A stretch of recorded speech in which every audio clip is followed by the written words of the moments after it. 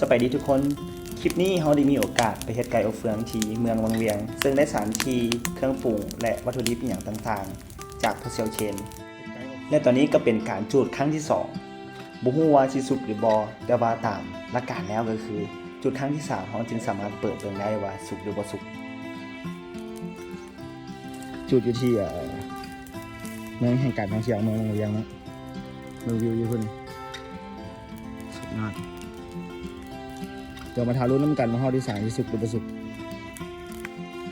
ติดออกเลยค่อยๆออกเลยเฟืองมันเข้าออกเบิ่งเอาเด้อทุกคนว่าใหม่หรือบ่ใหม่พากันเบิ่งเอาเองเด้อ มันเบิ่งคือใหม่แห้งเนาะแต่ว่ามันใหม่แต่หนักทั้งนอกซื่อๆนี่แต่ตอนเขาเอาไปเขาไปคูดบอนที่ดำๆนั่นออก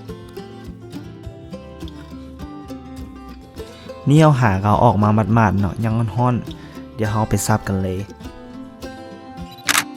นี่ก็จะเป็นไก่อบเฟืองแล้วก็แกงไก่สมุนไพรของผู้เซลเตอร์และสุดท้ายนี่ก็ขอให้เครดิตให้กับพ่อเซียวเคนเด้อขอบใจหลายๆที่ต้อนรับเป็นอย่างดี